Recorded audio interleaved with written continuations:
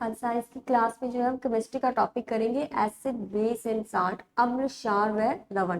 सबसे पहले देखो एसिड क्या होते हैं। एसिड देखो स्वाद में कैसे होते हैं, खट्टे होते हैं। और अम्ल क्या करते हैं, नीले लिटमस को लाल कर देते हैं। और क्षार इसके जस्ट अपोजिट होते हैं। अम्ल जो है वो जलीय विलयन में क्या देते हैं, H नेगेटिव आयन देते हैं। फिर देखिए क्षार है, क्षार स्वाद में कैसे होते हैं, कड़वे होते हैं। क्षार शब्द क्या है, एल्कली शब्द से बना हुआ है जिसका अर्थ होता है भस्म या राख। क्षारों को सर्वप्रथम भस्म से ही प्राप्त किया गया था और ये लाल लाल लिटमस को क्या कर देते हैं, नीला कर देते हैं। फिर देखो सूचक है, यानी कि इनको कैसे पता चलता है कि ये क्षार है, या क्योंकि हर एक क्षार को या अम्ल को अपन चख कर नहीं बता सकते, तो उसके लिए कुछ ना प्रैक्टिकल्स किए जाते हैं जिसके द्वारा क्या है, या सूचक होते हैं जिनके द्वारा बताया जाता है कि ये अम्ल है या ये क्षार है। तो पदार्थों को चखे या छुए बिना जो है वो अम्लीय है या क्षारीय, तो इसका परीक्षण करने के लिए कुछ पदार्थों का प्रयोग किया जाता है। सूचक क्या करते हैं, अपना रंग चेंज कर लेते हैं और पदार्थ की प्रकृति के बारे में बताते हैं। जैसे हल्दी है तो लिटमस, गुड़हल की पंखुड़ियां, ये सारे क्या करते हैं, ये क्या बताएंगे अपन को, वो बेस है या एसिड है। तो देखो लवण है, लवण क्या होते हैं, अम्ल व क्षार की क्रिया से जो लवण व जल बनता है। ठीक है, अम्ल और क्षार की जब क्रिया होती है तो क्या बनेगा, जल बनता है और एक लवण बनता है, वो लवण ही कहलाता है। ठीक है, जैसे ये है HCl है, हाइड्रोक्लोरिक एसिड है, या NaOH सोडियम हाइड्रोक्साइड क्षार होता है। और HCl क्या है, एक अम्ल है। तो NaCl बना, ये क्या बना, सोडियम क्लोराइड बना और क्या बन गया, जल बन गया। और NaCl क्या होता है, एक लवण होता है जिसका अपन नमक के रूप में जो प्रयोग करते हैं। लवण देखो तीन प्रकार के होते हैं, एक तो उदासीन होते हैं। ठीक है, उदासीन में क्या है, जब प्रबल अम्ल व प्रबल क्षार से क्रिया करता है तो बनने वाले लवण कैसे होते हैं, उदासीन होते हैं। जब अम्ल भी प्रबल हो और क्षार भी क्या हो, प्रबल हो, यानी कि हाई हो। ठीक है, तो बनने वाले लवण कैसे होंगे, उदासीन होंगे, यानी कि नेचुरल होंगे, जिसकी NaCl है और KNO3 है। क्षारीय लवण होंगे तो उसमें क्या होगा, क्षार कैसा होगा, प्रबल होगा, और अम्ल कैसा होगा, दुर्बल होगा, जैसे MgOHCl है। ठीक है, फिर अम्लीय लवण है तो उसमें अम्ल प्रबल ले लेंगे और क्षार कैसा होगा, दुर्बल होगा। तो इसका एग्जाम्पल है NaHCO3। फिर है कुछ सामान्य लवणों के उपयोग है, use of some common salts है, सोडियम क्लोराइड है, NaCl, इनमें से क्वेश्चन पूछे जाते हैं। ठीक है, कि इनका उपयोग जो है किसके लिए किया जाता है, तो NaCl है तो विरंजक चूर्ण के रूप में। ठीक है, जिसे ब्लीचिंग पाउडर कहा जाता है। बेकिंग सोडा, इनके निर्माण में जो है सोडियम क्लोराइड का प्रयोग किया जाता है। इसके अलावा जो चट्टानी नमक जो होता है वो भी क्या होता है, NaCl होता है। फिर है सोडियम बाइकार्बोनेट, Na2CO3.10H2O, इसका फॉर्मूला पूछ लिया जाता है। कांच, साबुन व कागज के उद्योग में जल की स्थायी कठोरता हटाने में, ठीक है, या ड्राई क्लीनिंग में जो है इसका प्रयोग किया जाता है। कपड़ों को आप ड्राई क्लीनिंग करवाते हो तो उसके अंदर किसका प्रयोग करते हैं लोग, सोडियम बाइकार्बोनेट का प्रयोग करते हैं। इसके अलावा जल की जो स्थायी कठोरता होती है, जिसमें क्या होता है, साबुन घुलता नहीं है। ठीक है, तो उस कठोरता को दूर करने के लिए क्या किया जाता है, सोडियम बाइकार्बोनेट का प्रयोग किया जाता है। फिर sodium bicarbonate NaHCO3, baking powder बनाने के अंदर जो है इसका प्रयोग किया जाता है। फिर जिप्सम, जिप्सम का कई बार ये सूत्र पूछ लिया जाता है, CaSO4.2H2O, टूटी हड्डियों को जोड़ने व प्लास्टर के रूप में या खिलौने बनाने, दीवार को चिकना बनाने के अंदर जो जिप्सम का प्रयोग किया जाता है। जैसे आपने किसी के प्लास्टर वगैरह बंधा हुआ होता है तो उस पर जो पेंट सा किया होता है व्हाइट कलर का, वो क्या होता है, वो जिप्सम होता है। फिर एक कॉपर सल्फेट, CuSO4.5H2O, कॉपर को क्या किया जाता है, शुद्ध करने के लिए जो है, या रंगाई, छपाई या कीटाणुनाशक के रूप में जो कॉपर सल्फेट का प्रयोग किया जाता है। इसे इसके अलावा क्या कहा जाता है, नीला थोथा कहा जाता है। ये क्वेश्चन में कई बार आया हुआ है। नीला थोथा कौन सा होता है, कॉपर सल्फेट होता है, या CuSO4.5H2O। फिर है पोटेशियम नाइट्रेट, KNO3, उर्वरक के रूप में कांच उद्योग में या आतिश या पटाखे वगैरह बनाए जाते हैं तो उसके अंदर जो पोटेशियम नाइट्रेट का प्रयोग किया जाता है। इसके अलावा इसे क्या कहा जाता है, सॉल्ट पीटर भी कहा जाता है। अब है type of basis, magnesium hydroxide MgOH2 है। यह एंटी एसिड के रूप में जो काम आता है, इसे मिल्क ऑफ मैग्नीशिया कहा जाता है। कई बार हमारे पेट में क्या होता है, दर्द होने लग जाता है तो डॉक्टर जो पिंक कलर की जो लिक्विड वाली दवाई देता है ना, वो क्या होता है, वो मिल्क ऑफ मैग्नीशिया ही होता है, जो क्या करता है, एंटी एसिड के रूप में काम आता है। तो एंटी एसिड से रिलेटेड क्वेश्चन पूछा जाता है, या मिल्क ऑफ मैग्नीशिया भी पूछ लिया जाता है, तो वो क्या होगा, मैग्नीशियम हाइड्रोक्साइड। फिर सोडियम हाइड्रोक्साइड NaOH, साबुन के निर्माण में या टेक्सटाइल के उद्योग में, जो कपड़े वगैरह बनाते हैं वहां के उद्योग में, या कास्टिक सोडा भी कहा जाता है इसको, सोडियम हाइड्रोक्साइड को। तो टेक्सटाइल या साबुन निर्माण के रूप में जो इसका प्रयोग किया जाता है। फिर है पोटेशियम हाइड्रोक्साइड KOH, शैम्पू तथा शेविंग क्रीम के निर्माण में जो है इसका प्रयोग किया जाता है।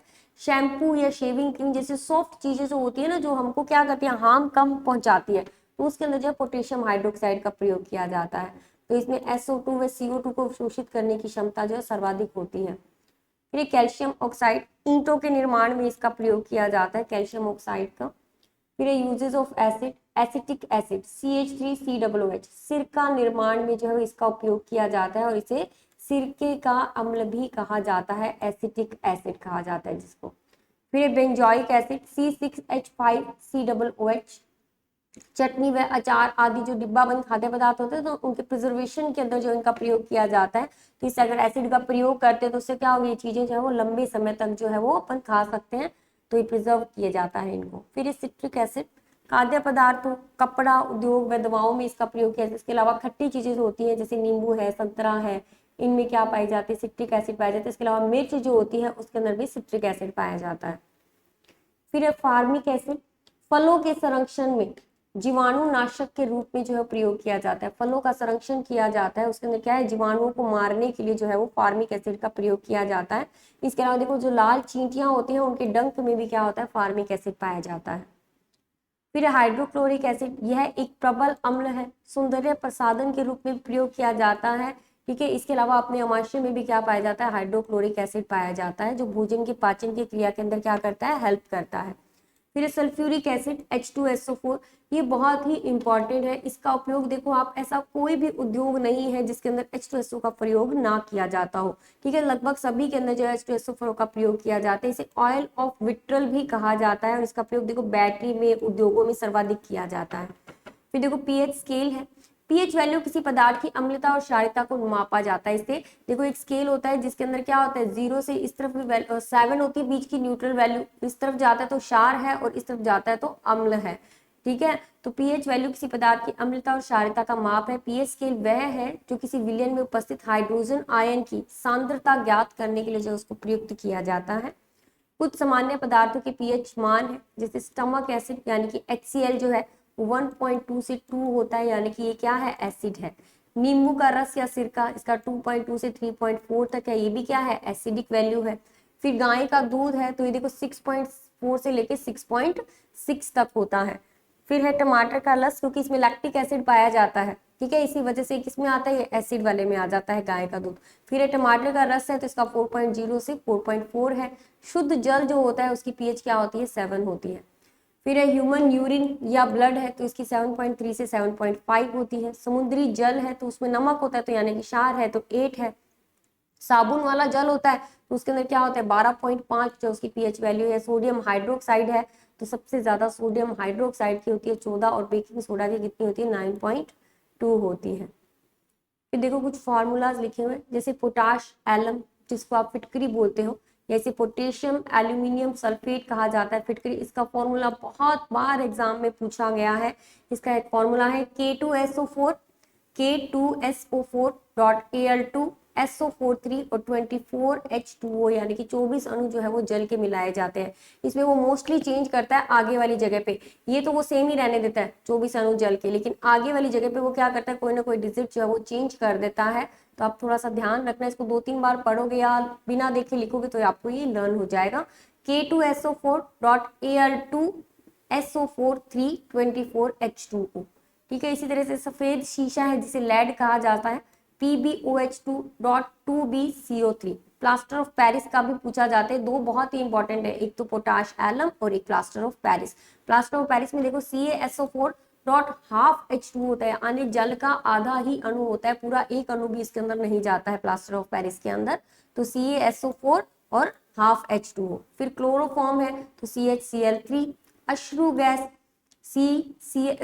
CCl3NO2। फिर विरंजक चूर्ण या सफेद चूर्ण, इसका भी कई बार पूछा जाता है, CaOCl2। बेकिंग सोडा या सोडियम बाइकार्बोनेट NaHCO3। एक बार फिर से देख लो फॉर्मूला सारे। पोटाश एलम है यानी फिटकरी का क्या होता है, K2SO4 Al2SO43 और 24H2O।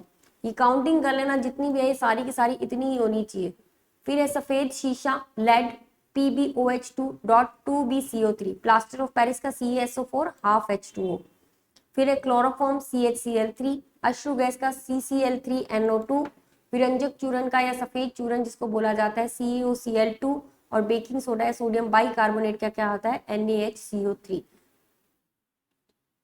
नेक्स्ट टॉपिक है अपना धातु व अधातु।